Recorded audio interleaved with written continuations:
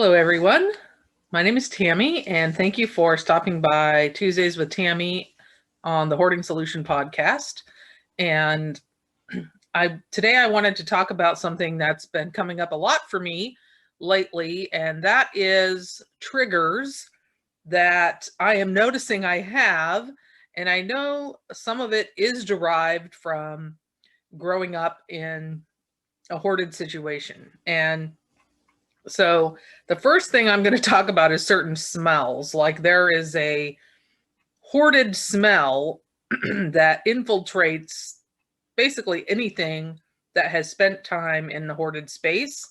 And it's very distinct and very overwhelming to me when I smell something from it. And part of that is a trigger because it goes right up your nose, which is right to your brain. It triggers a memory, but it's also really not healthy to be breathing that in. And so the smell that gets into certain things is very difficult and triggering for me. For example, a blanket might have that smell in it, or I've even received, sadly, like cards that had that smell, and I've had to put them out in my garage and air them out because I can't have that smell in my space infiltrating my living area. So that smell is very difficult to smell. And I recently had a situation where someone said, "Hey, is this something you left?" And I think this might be something from the hoard. And I smelled it and I was like, "No, this doesn't have that smell." So I was just like, "Oh my gosh," like I couldn't believe how much that's in my brain or in my senses of what that smell is. So other things that are like eggs need to be very fresh. I need to have no indication that, that statement, "We just need to use this up." Ugh, please don't say that. Because my first thought is I don't want to use it up. I don't want to be near it, and it needs to go. If it's at that point, it just needs to go in the trash. And that's just me thinking about it. Same with milk. My milk experience isn't necessarily hoarding related, but as a kid, I poured milk for the neighbor's pigs, and that's sour milk smell. If I even detect a hint, it's not happening. I will have my coffee with sugar or nothing, and no milk. If I even detect a hint that is just not going anywhere near me. So recently also I was thinking about bread situation, and again, this was not hoarding, but I was a kid and I was having like this chili dog, and somebody gave me the chili dog on bread, and so I took a bite, but it tasted weird, and I flipped that bread over and it was like moldy all on the back side of it. And I just, to this day, it's probably why I don't like, I'll eat chili and I'll eat a hot dog, but I do not do chili dogs. And I don't even know if I made that connection till just now. But it's funny the things that come up for you. And the other thing, and this is very specific to the way I was raised, we'd have this big tub of whatever brand of margarine or butter, whatever it was. And remember I was always looking for the chunk in the tub that didn't have a jelly mark or toast crumbs or any, like I always was looking for that margarine or butter that didn't have anything on it. And I can also remember it being very melty in the bottom, especially in the summer. And so I just really find it sad but fascinating sometimes, the things that make me go, "Oh wow, this is really," like other people would probably be like, "Oh, toast crumbs on this," they might just move it off. But I'm like, no, I don't want my contaminated butter on my new toast or whatever.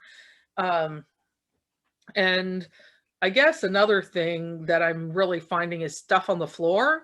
Like even if it falls there, it's there temporarily. Like I'm involved with doing some different things in my house, and so inherently, if you are doing something in your house, you're going to move things around. You're going to it's going to be kind of cluttery and messy, but I realize that, I have control over my space. I get to decide how long this stuff sits there. I get to figure out that I'm going to finish whatever project I started, which was not the case when I was growing up. There was always a lot of unfinished projects and temporary forever. And recently, as I've been painting, well, I have not specifically been painting, but my boyfriend has been painting, and I've been assisting with cleanup and things like that. And I have come to realize that perhaps the reason I didn't start some of these projects is that I thought they might never get finished. And I just realized that that is definitely a leftover from growing up in a space that never quite got done. The things that were done were very nice, very in the corner molding on the windows was precise. Like, there was attention to detail in the paint on the windows, things like that. But over time, it never was a finished house, ever. It's still not done. And I have not lived there for several decades. And so I'm coming to realize that that's kind of a triggery thing for me too, is things on the floor. Like, I can deal with the dust. I can live with that. But stuff on my floor is just not, it's not okay for me to have a tool laying there, or my clothes fall and no one picked, like, I can't deal with that. Like, it's totally not my wheelhouse to allow that kind of stuff on the floor. And one, it's a trip hazard, but two, like, I grew up with that situation with like the pieces of the space never being put up on the baseboards, that type of thing. Like, it was always laying out somewhere. It was always something that could be a trip hazard.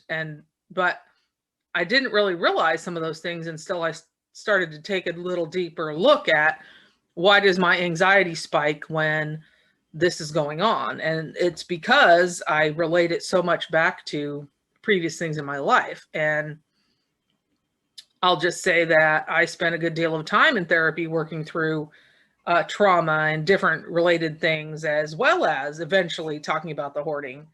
And that's another point I want to mention, because people can go into therapy and not talk about the big thing. Like, I've talked with people who have and observed and had conversations over several years with people who, you go into, say, a counseling session thinking one thing, and what comes out is something completely different, and turns out to be what was the actual issue. And while there were good aspects of my childhood, there were a lot of things that were really sucky and difficult. And I didn't really realize how much that was impacting my life until I went to a safe place and found someone I was comfortable with and could actually express all the things that had been going on. And so I feel like that it's necessary for us to look at what's triggering us and figure out why that is, and are there steps we can take to reduce that? And if we are struggling, are we seeking the help we need to get to a better headspace? And May is Mental Health Awareness Month, and in hoarding, there's a lot of mental health things going on, either diagnosed or undiagnosed. Commonly, it's depression and anxiety.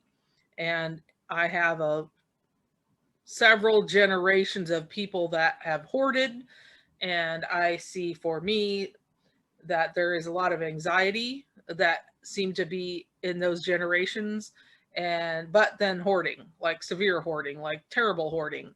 And I feel fortunate in some ways that my main manifestation of any issue actually happens to be anxiety, actually happens to be the fact that clutter is very anxiety producing for me. And so while I can deal with it, while I can pack things up and move through the situations, because I've done the on-site work for other people, it's still very anxiety producing. But I feel like in this instance, it's enough incentive. It's a positive, because it ensures that while I might have clutter, it's not going to be hoarding. And so I think sometimes we have to really take a step back and look at what are we doing and why. And if we aren't figuring it out, then we need help. And I don't say that lightly, because I, A, did not seek help for years, and B, I never thought I would talk about hoarding or mental health or any of those things in a public forum. So what I have found is that when you start to tell your story, you become free your burden becomes a little bit lighter because you chose to shine a light. And if you can do that, your mess is your message, as my friend Annette says, um, who has a podcast called Wild Ride Called Life. Definitely should check that out. Her focus also is on mental health and veterans and reducing the suicide rate. And there is a lot of veterans that deal with hoarding issues. Either they escaped it, haha, like I did, or they have parents that have that issue now. And so it actually is something that comes up. Also, a lot of first responders are veterans, and so they're coming across hoarding and that in their line of work. But I have whole other things I could go on about, but I'll just leave it at that. You need to figure out kind of, if you have a trigger, why is that? And is there something you can do to mitigate it? Or can you talk about it? Can you share it? Will that lighten the burden somehow? So anyway, thank you for stopping by, listening to me talk on Tuesdays with Tammy on the Hoarding Solution podcast. And if you are looking to connect or need additional things, please check us out at thehoardingsolution.com. Thank you so much. Have a great day.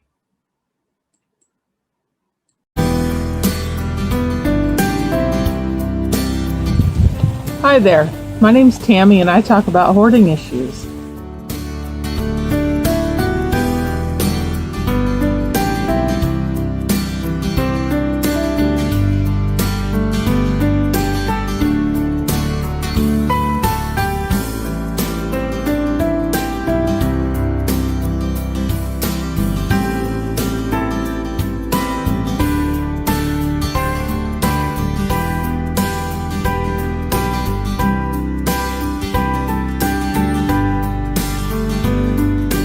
Can encounter things like mold and a lot of animal feces and things like that.